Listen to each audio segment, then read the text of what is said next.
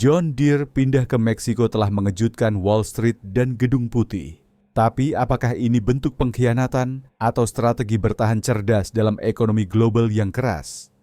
Di penjelajahan elang, kami mengupas apa arti sebenarnya dari Made in the USA saat ini dan mengapa pergeseran ini bisa mendefinisikan ulang masa depan industri Amerika. Dalam video hari ini, kita akan membahas topik yang memicu banyak perdebatan. Namun terlebih dahulu pernyataan penyangkalan singkat. Konten ini disajikan untuk tujuan analisis dan edukasi dan tidak mewakili posisi politik atau organisasi apapun. Kami akan mendekati semuanya dengan pikiran terbuka dan pemikiran objektif.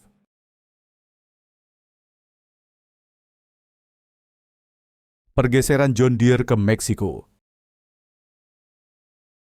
Strategi di atas sentimen di era penyesuaian ekonomi.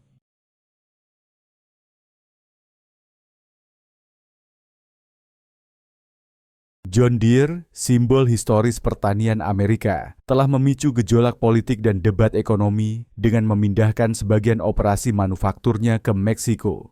Sementara para kritikus menggambarkan keputusan ini sebagai pengkhianatan penghematan biaya terhadap tenaga kerja Amerika, tinjauan lebih dalam menunjukkan ini sebagai penyesuaian strategis yang didorong oleh kerasnya persaingan global.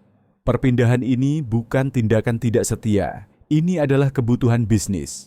Saat biaya produksi di dalam negeri meningkat dan pesaing internasional berkembang dengan operasi yang lebih ramping, bahkan merek Amerika paling ikonik pun harus memikirkan ulang strategi bertahan hidup mereka. Dalam ekonomi yang saling terhubung saat ini, nostalgia saja tidak cukup membayar tagihan. Adaptasilah kuncinya. Respon cepat dan panas mantan Presiden Donald Trump mengancam tarif 200% pada peralatan John Deere buatan Meksiko, mencerminkan pertarungan yang lebih besar antara populisme proteksionis dan realisme korporat. Pernyataannya yang berakar pada doktrin America First-nya menyalurkan kemarahan publik atas penurunan industri, namun mengabaikan kekuatan yang lebih dalam yang membentuk kembali manufaktur modern. Retorika politik sering menuntut loyalitas pada tanah air. Logika bisnis menuntut loyalitas pada kelangsungan global. Namun ini lebih dari sekadar benturan antara ruang rapat dan kotak suara. Ini adalah tabrakan antara garis waktu politik jangka pendek dan keharusan kompetitif jangka panjang. Pejabat terpilih bekerja dalam siklus 4 tahun. Korporasi multinasional harus berpikir dalam kerangka dekade, transisi teknologi, dan rantai pasok lintas benua. Langkah John Deere memunculkan pertanyaan kompleks dan tepat waktu. Apa arti sebenarnya menjadi perusahaan Amerika saat ini? Apakah itu tentang lokasi pabrik atau tempat inovasi terjadi, pekerjaan diciptakan, dan nilai ditambahkan dalam ekosistem ekonomi yang lebih luas?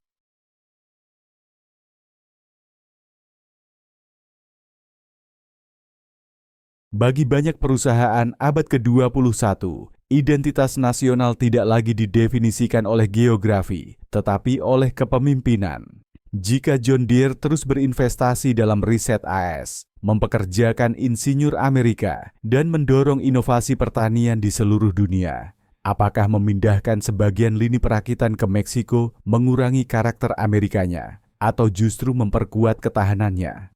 Selain itu, keputusan ini menyoroti kekosongan kebijakan industri Amerika.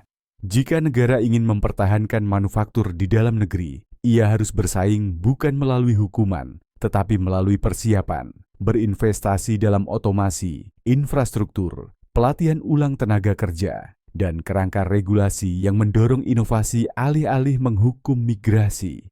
Tarif mungkin menarik perhatian media, tetapi tidak akan membangun pabrik masa depan. Momen ini bukan tentang pengkhianatan, ini tentang evolusi. John Deere sedang beradaptasi dengan dunia, di mana kesuksesan menuntut fleksibilitas dan pandangan jauh ke depan.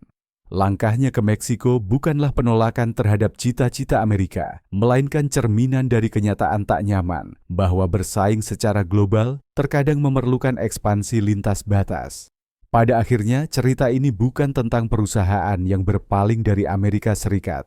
Ini tentang bangsa yang ditantang untuk memikirkan ulang apa yang dibutuhkan untuk memimpin di era industri baru.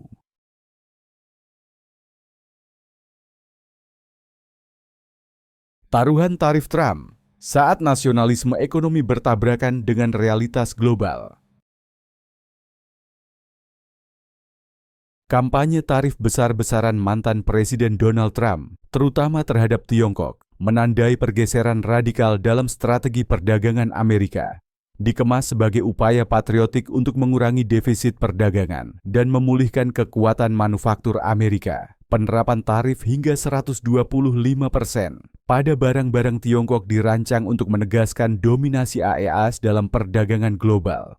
Namun alih-alih kemenangan mutlak, kebijakan ini memicu spiral balasan yang memperlihatkan risiko perang ekonomi dalam dunia yang saling tergantung. Tiongkok merespons dengan cepat dan strategis, membalas dengan tarif setinggi 84% pada ekspor Amerika. Langkah ini menyasar sektor inti ekonomi Amerika Serikat, mulai dari pertanian hingga manufaktur otomotif. Dalam semalam, produk Amerika sehari-hari, dari kedelai hingga ponsel, truk pick-up hingga mesin cuci, menjadi medan tempur dalam tarik ulur geopolitik. Apa yang dimulai sebagai janji kampanye untuk menghukum Tiongkok segera berubah menjadi pemicu inflasi konsumen dan volatilitas pasar di dalam negeri. Selain tarif, ancaman yang lebih tenang namun jauh lebih kuat mengintai di latar belakang. Cengkeraman Tiongkok atas lebih dari 1 triliun obligasi Treasury AS sering disebut sebagai opsi nuklir ekonomi Beijing. Sekadar wacana pelepasan sebagian besar kepemilikan ini memiliki kekuatan mengguncang pasar keuangan global. Meskipun langkah seperti itu akan merugikan kedua ekonomi, kemungkinan tersebut menjadi pengingat menyakitkan betapa dalamnya keterikatan sistem keuangan AS dan Tiongkok. Doktrin perdagangan Trump berasumsi bahwa pemaksaan ekonomi akan membuat Beijing menyerah, tetapi kenyataannya jauh lebih kompleks. Alih-alih tunduk, Tiongkok justru menggandakan ketergantungan dalam negeri, mempercepat investasi dalam teknologi lokal, dan mencari pasar alternatif. Sementara itu, konsumen AS menanggung harga yang lebih tinggi, petani Amerika kehilangan jalur ekspor penting, dan bisnis berebut untuk menavigasi rantai pasok yang terganggu. Episode ini menyoroti paradoks yang menyakitkan. Semakin keras suatu negara mendorong kemerdekaan ekonomi melalui alat isolasionis, semakin mereka mengekspos kerentanan mereka dalam ekonomi global. Rantai pasok tidak lagi dibatasi oleh batas negara dan modal tidak mengenal nasionalisme. Dalam konteks ini, proteksionisme sepihak mungkin memberikan kemenangan politik jangka pendek, tetapi seringkali berujung pada kerugian strategis jangka panjang.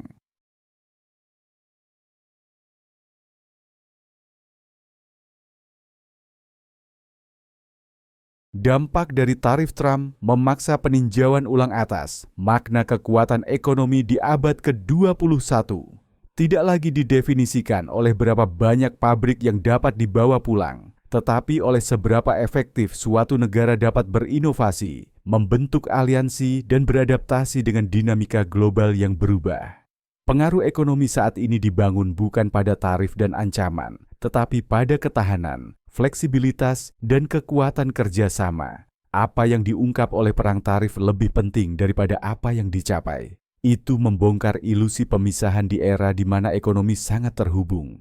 Dengan memperalat perdagangan, AS membuka front yang tidak bisa dikendalikan secara sepihak dan dengan melakukannya, menunjukkan bahwa dalam ekonomi global, alat kasar sering membawa konsekuensi tak terduga. Pada akhirnya, warisan kebijakan perdagangan Trump mungkin tidak terletak pada pemulangan pekerjaan atau penyeimbangan kembali neraca perdagangan, tetapi dalam pelajaran penting, nasionalisme ekonomi ketika digunakan tanpa pandangan ke depan, berisiko mengubah setiap negara yang terlibat menjadi kerugian bersama.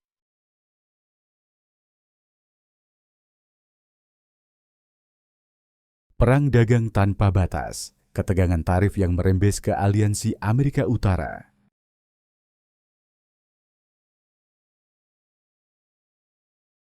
Ketika pemerintahan Trump meluncurkan perang dagang agresif terhadap Tiongkok, kebanyakan orang mengira garis depan akan tetap berada di wilayah Pasifik.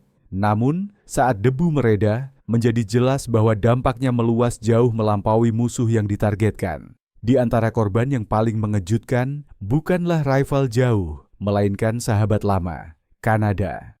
Penerapan tarif 25% terhadap baja dan aluminium Kanada, bahan yang sejak lama terintegrasi dalam nadi manufaktur Amerika Utara, mengirim gelombang kejutan melalui salah satu hubungan perdagangan paling stabil di dunia. Ini bukan sekadar keputusan kebijakan. Ini adalah keretakan dalam kemitraan yang telah ditempa melalui puluhan tahun kolaborasi, aliansi militer, dan ketergantungan ekonomi. Bagi Kanada, tarif ini lebih dari sekadar pukulan finansial. Ini adalah luka simbolis yang menyiratkan bahwa bahkan sekutu kini menjadi sasaran pergolakan tak terduga dari nasionalisme America First. Apa yang dulu menjadi model harmoni lintas batas di bawah NAFTA dan kemudian USMCA tiba-tiba terancam oleh klaim kekuasaan sepihak yang membuat kepercayaan tergantung di ujung tanduk.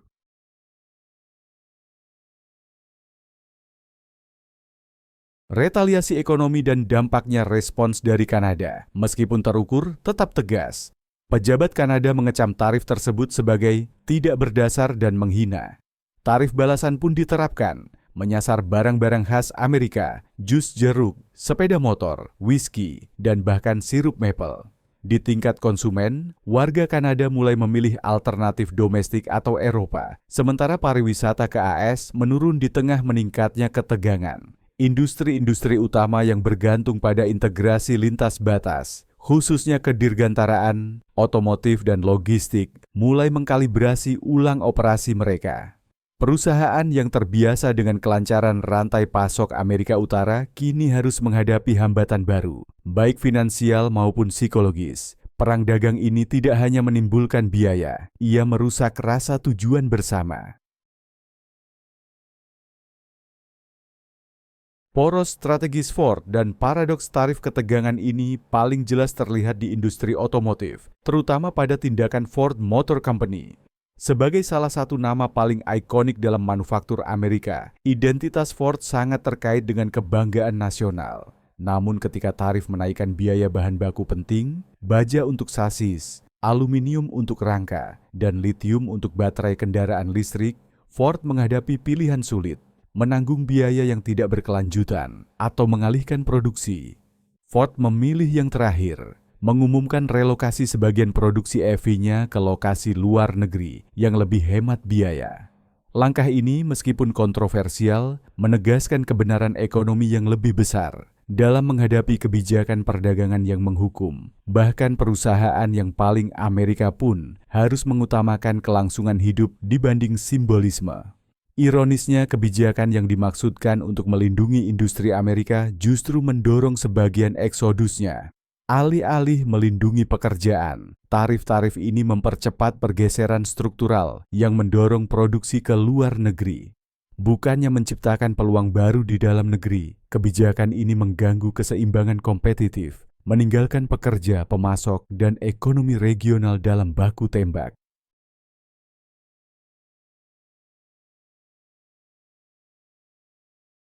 Pelajaran tentang ketergantungan modern. Kisah ini menggambarkan tarian rumit diplomasi ekonomi abad ke-21.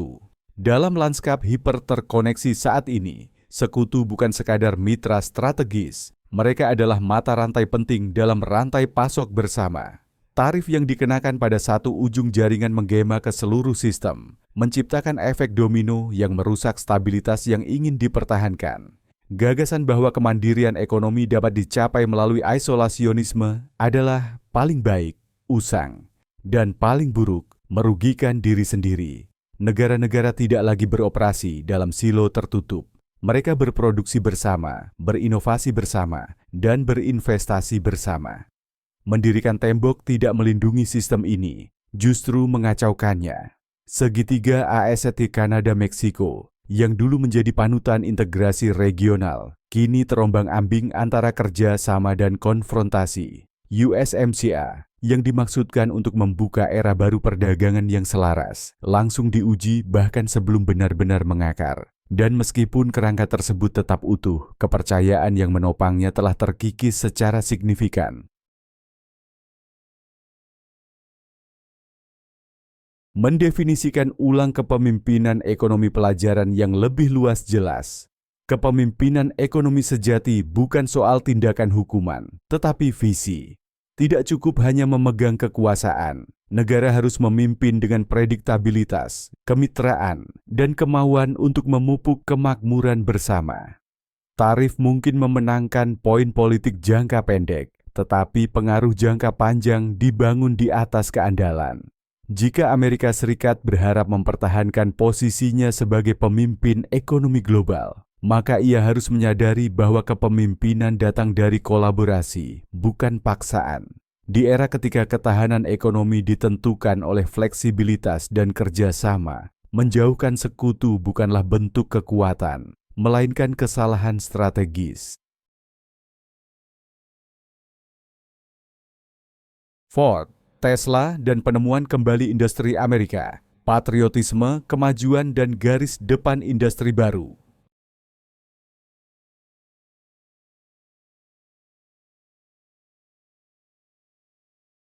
Amerika Serikat sedang mengalami transformasi industri yang belum pernah terjadi sejak era jalur perakitan, sebuah perubahan yang ditandai bukan hanya oleh kemajuan teknologi, tetapi juga oleh redefinisi mendalam tentang apa arti buatan Amerika di abad ke-21.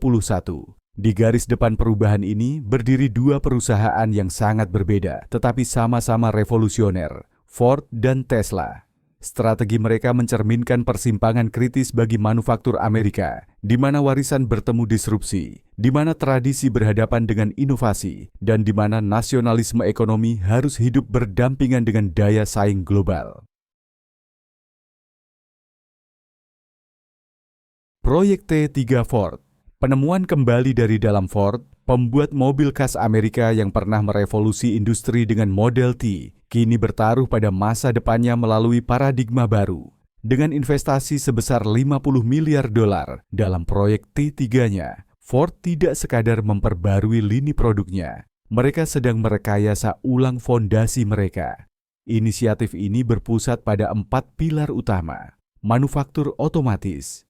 Dengan rencana mengotomatiskan hingga 90% produksi, Ford sedang mendefinisikan ulang skala dan efisiensi perakitan kendaraan di era robotik. Baterai solid state.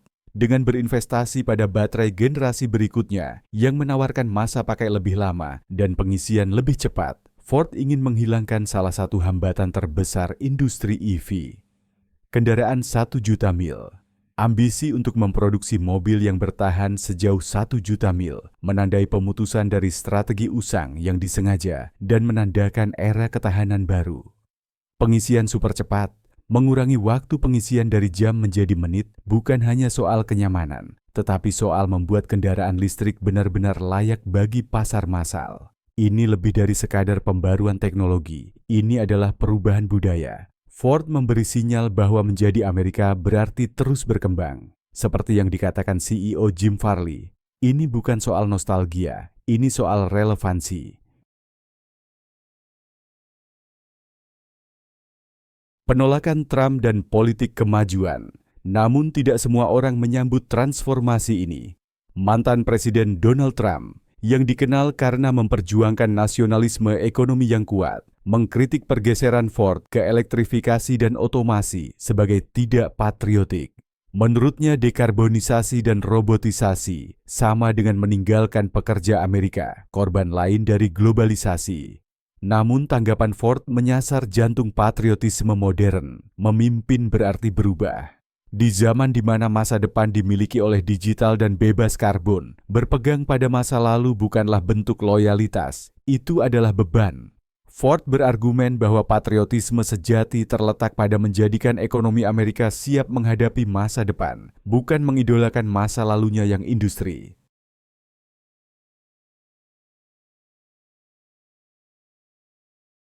Revolusi paralel Tesla, disrupsi lewat desain. Jika Ford sedang merevolusi dari dalam, maka Tesla sedang menulis ulang seluruh aturan main. Tidak seperti pembuat mobil lama yang terikat oleh dekade infrastruktur dan tradisi, Tesla muncul tanpa beban tersebut dan mengubah kebebasan itu menjadi kekuatan super. Kerajaan Elon Musk telah membangun ekosistem terintegrasi vertikal yang menantang rantai pasok otomotif tradisional di setiap langkah. Tesla menambang litium sendiri, mengurangi ketergantungan pada pasar yang fluktuatif. Tesla memproduksi baterai sendiri, menghilangkan ketergantungan pada pihak ketiga. Tesla memproduksi kendaraan di Gigafactory super modern yang dirancang dari awal. Tesla menjual langsung ke konsumen, melewati jaringan dealer. Tesla tidak hanya membuat mobil, mereka memiliki seluruh proses. Pendekatan full stack ini memungkinkan kecepatan, skala, dan kendali yang tak tertandingi oleh pemain tradisional.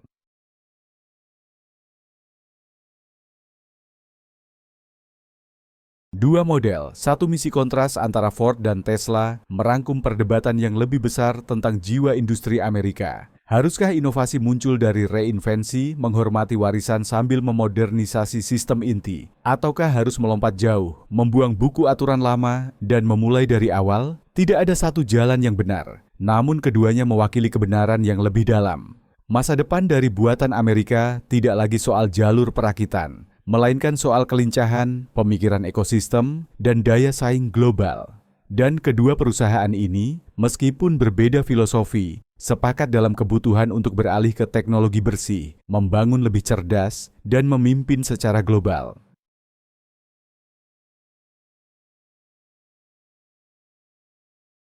Pertarungan budaya dalam industri transformasi ini juga menantang ide tradisional tentang patriotisme dan pekerjaan. Apa arti menjadi patriotik di era ketika algoritma mengendalikan robot dan mobil berjalan dengan elektron, bukan bensin? Bisakah industri Amerika merangkul otomatisasi sambil tetap mengangkat tenaga kerja? Bisakah ia menjadi hijau sekaligus merah, putih, dan biru?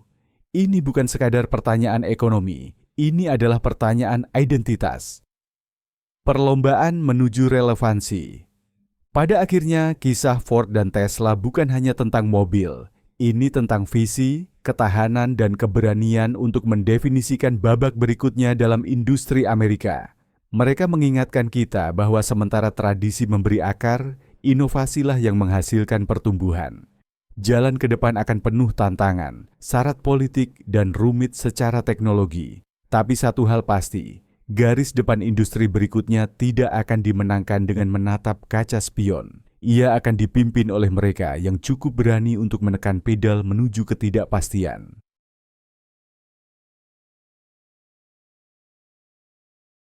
Kekacauan fiskal dan kekacauan MAGA. Bagaimana kelumpuhan partisan melemahkan stabilitas ekonomi Amerika?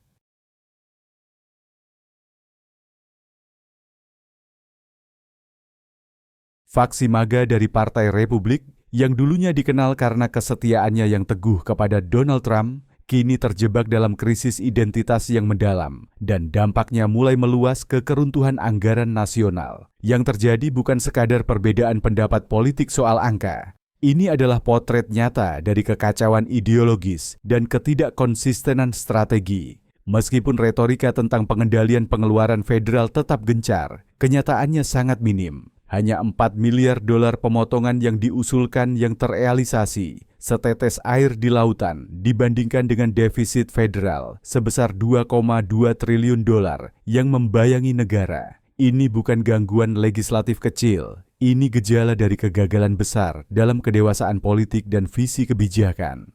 Gerakan MAGA yang dulunya menunggangi gelombang frustrasi populis untuk mengubah prioritas GOP, kini tampak lumpuh oleh kontradiksinya sendiri. Meski mengusung pemerintah yang lebih kecil, para pemimpinnya tidak dapat mencapai konsensus tentang di mana harus memotong.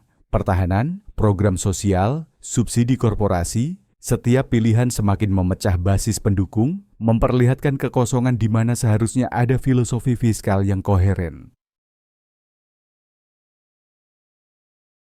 Di luar dinding Capitol, kebuntuan ini mengikis kepercayaan pada sistem. Pemilih tidak melihat negosiasi yang berprinsip. Mereka melihat kekacauan. Mereka tidak menyaksikan disiplin fiskal. Mereka melihat pencitraan politik. Konsekuensinya, kebocoran perlahan dari kepercayaan publik dan meningkatnya kegelisahan di pasar keuangan. Seiring dengan meningkatnya ketidakpastian, kekhawatiran investor pun bertambah, memicu kekhawatiran tentang keterlambatan anggaran, undang-undang ekonomi yang macet, atau bahkan kemungkinan penutupan pemerintah lagi.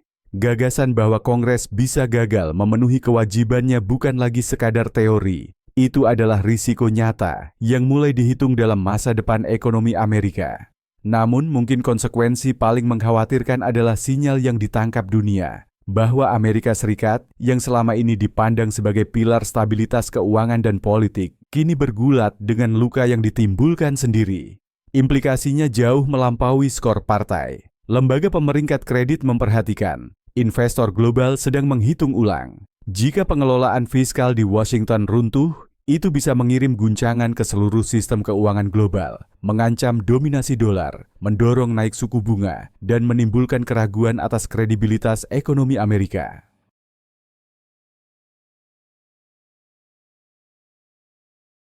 Ironinya sangat menyakitkan.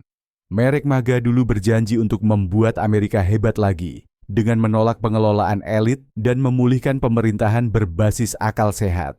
Hari ini, ia justru menabur benih ketidakpastian dan disfungsi yang dulu dikecamnya. Perpecahan internalnya telah melemahkan dampak legislatifnya dan menciptakan celah bagi para pengkritik untuk mempertanyakan bukan hanya kompetensinya, tetapi juga relevansinya. Apa yang kita saksikan bukan hanya perbedaan kebijakan, ini adalah tembakan peringatan. Sebuah negara tidak dapat menavigasi badai dengan kru yang berselisih tentang arah kompas. Defisit tidak akan diselesaikan dengan slogan.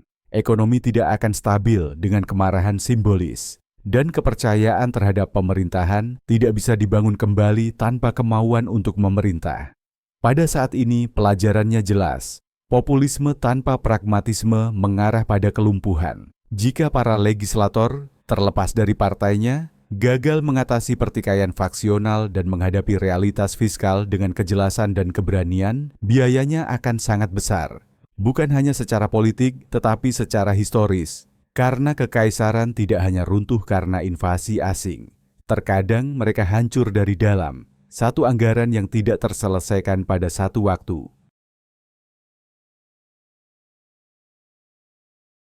Manufaktur hijau di luar negeri. Kontradiksi atau katalis dalam strategi keberlanjutan Amerika. Perpindahan baru-baru ini sebagian operasi manufaktur John Deere ke Meksiko telah memicu percakapan kritis di persimpangan antara ambisi iklim, pragmatisme ekonomi, dan tanggung jawab global. Di permukaan, optiknya tampak mengganggu. Merek andalan Amerika yang dikenal dengan inovasi pertanian kini memindahkan produksi ke negara dengan regulasi lingkungan yang lebih longgar. Bagi banyak orang, ini terasa seperti langkah mundur, pelemahan komitmen Amerika Serikat terhadap transisi energi bersihnya. Namun kebenaran yang lebih dalam mungkin lebih kompleks dan mungkin lebih menjanjikan. Meski tak terbantahkan bahwa pengawasan lingkungan Meksiko tidak setegas AS, langkah John Deere tidak serta-merta berarti meninggalkan keberlanjutan. Sebaliknya, ini menimbulkan pertanyaan yang lebih canggih dan mendesak. Dapatkah perusahaan Amerika mempertahankan standar hijau yang tinggi, bahkan saat beroperasi di lingkungan regulasi yang tidak mewajibkannya? Jika John Deere memilih untuk memindahkan praktik keberlanjutan mereka sendiri, integrasi teknologi bersih, sistem pengurangan limbah, operasi hemat energi, ke fasilitasnya di Meksiko, maka mereka mungkin sedang merintis model transformasional dari kepemimpinan iklim tanpa batas. Ini akan menandai pergeseran besar dalam cara kita memandang globalisasi, bukan sebagai perlombaan ke dasar regulasi, tetapi sebagai mekanisme untuk meningkatkan standar lingkungan secara internasional. Dalam terang itu, offshoring ini tidak serta-merta kontradiksi, melainkan potensi katalis. Bayangkan sebuah skenario di mana perusahaan besar Amerika Serikat secara sukarela mematuhi protokol lingkungan setara domestik di luar negeri.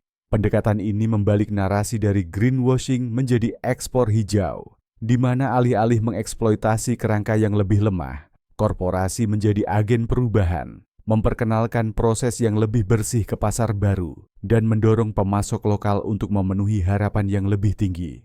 Perubahan seperti ini akan mendefinisikan ulang peran perusahaan Amerika dalam upaya iklim global.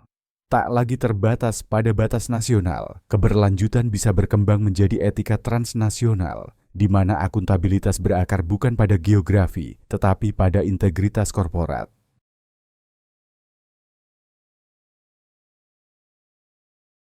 Implikasinya melampaui keputusan satu perusahaan. Jika diterapkan secara luas, model ini dapat membantu meringankan ketegangan mendasar dalam kebijakan iklim global, distribusi beban lingkungan yang tidak merata. Saat ini, sebagian besar tanggung jawab dekarbonisasi ada di negara maju, sementara ekonomi berkembang bergulat dengan keterbatasan kapasitas. Namun jika perusahaan seperti John Deere memimpin dengan berinvestasi pada manufaktur bersih di luar negeri, hasilnya bisa menjadi transisi global yang lebih adil dan efektif. Selain itu, visi ini menempatkan sektor swasta sebagai mitra, bukan sekadar peserta, dalam diplomasi iklim internasional. Alih-alih bergantung sepenuhnya pada perjanjian dan penegakan top-down, keberlanjutan bisa mengalir dari bawah melalui perdagangan, inovasi, dan keteladanan. Perusahaan-perusahaan Amerika dalam pengertian ini akan menjadi duta tidak resmi bagi nilai-nilai lingkungan, memproyeksikan pengaruh hijau melalui setiap keputusan rantai pasok. Tentu saja, masa depan seperti ini bergantung pada transparansi dan akuntabilitas. Tanpa audit pihak ketiga dan kebijakan internal yang dapat ditegakkan, risiko dari gerakan simbolis yang menggantikan perubahan substantif tetap ada. Namun dengan pagar pembatas yang tepat, relokasi John Deere bisa menjadi bukti konsep.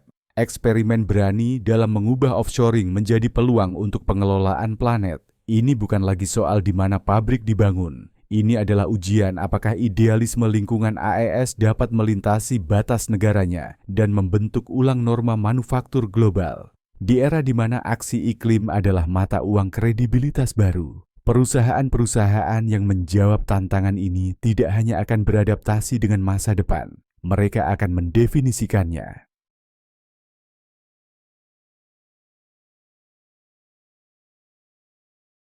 Ekosistem industri Amerika Utara pasca globalisasi, kelahiran NAFTA 2.0.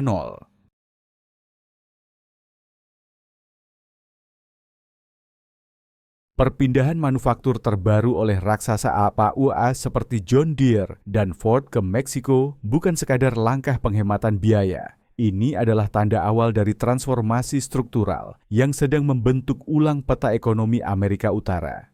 Di bawah payung berpengaruh namun tenang dari Perjanjian Amerika Serikat-Meksiko-Kanada, USMCA, kita menyaksikan pembentukan jaringan industri baru yang lebih tangguh, yang kini disebut oleh sebagian orang sebagai NAFTA 2.0. Namun ini bukan sekadar penggantian merek kebijakan perdagangan. Ini mewakili rekayasa ulang cara ekonomi Amerika Utara berinteraksi satu sama lain dalam dunia yang tak lagi didominasi oleh logika globalisme.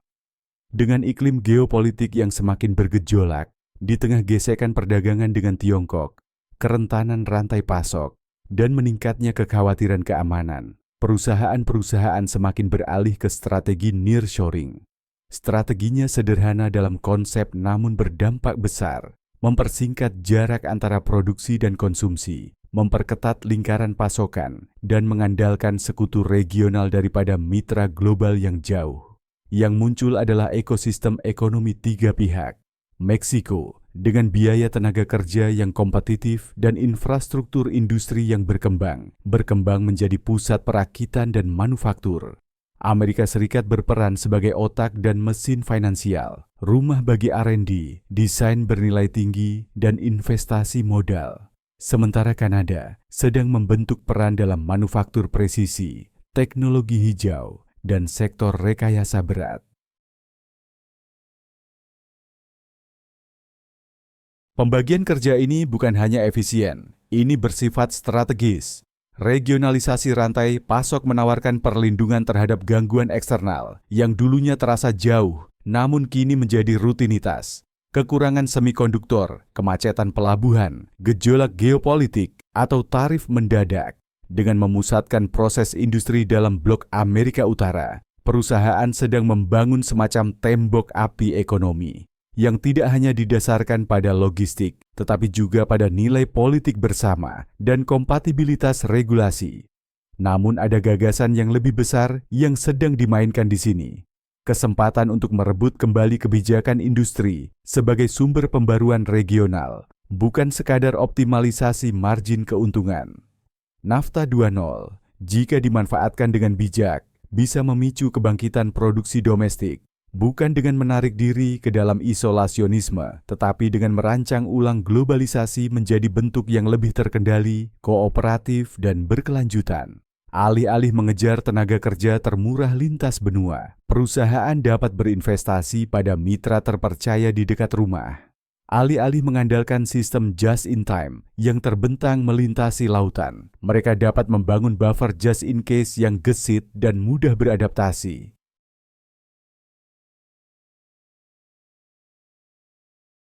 Perubahan ini juga menciptakan dasar bagi identitas ekonomi kontinental yang menggabungkan inovasi Amerika Serikat, kapasitas manufaktur Meksiko, dan rekayasa Kanada menjadi kekuatan kompetitif yang terpadu. Jika dilakukan dengan benar, ini bisa menjadi alternatif yang menarik dari model globalisasi lama yang sering mengutamakan biaya dibanding ketahanan dan skala dibanding kedaulatan. Tentu saja, visi ini tidak dijamin terjadi. Ini memerlukan penyelarasan yang disengaja lintas batas, regulasi yang harmonis, infrastruktur transportasi yang dimodernisasi, dan investasi bersama dalam pengembangan tenaga kerja. Jika Amerika Serikat, Meksiko, dan Kanada gagal berkoordinasi, janji dari model baru ini bisa runtuh oleh pelaksanaan yang timpang atau perpecahan politik. Namun jika mereka berhasil, hasilnya bisa menjadi transformatif. Di dunia yang semakin skeptis terhadap globalisasi tanpa batas, regionalisasi bukan sekadar pilihan cadangan, melainkan strategi yang berpandangan ke depan. Ini tentang menambatkan kemakmuran pada kedekatan, melindungi rantai pasok dari kekacauan, dan membuktikan bahwa benua yang lebih terhubung bisa menjadi lebih kuat. Pada akhirnya, ini lebih dari sekadar penyesuaian pasca NAFTA. Ini adalah cetak biru tentang bagaimana kawasan, bukan hanya negara, dapat berkembang dalam ekonomi abad ke-21 yang terpecah dan tak terduga.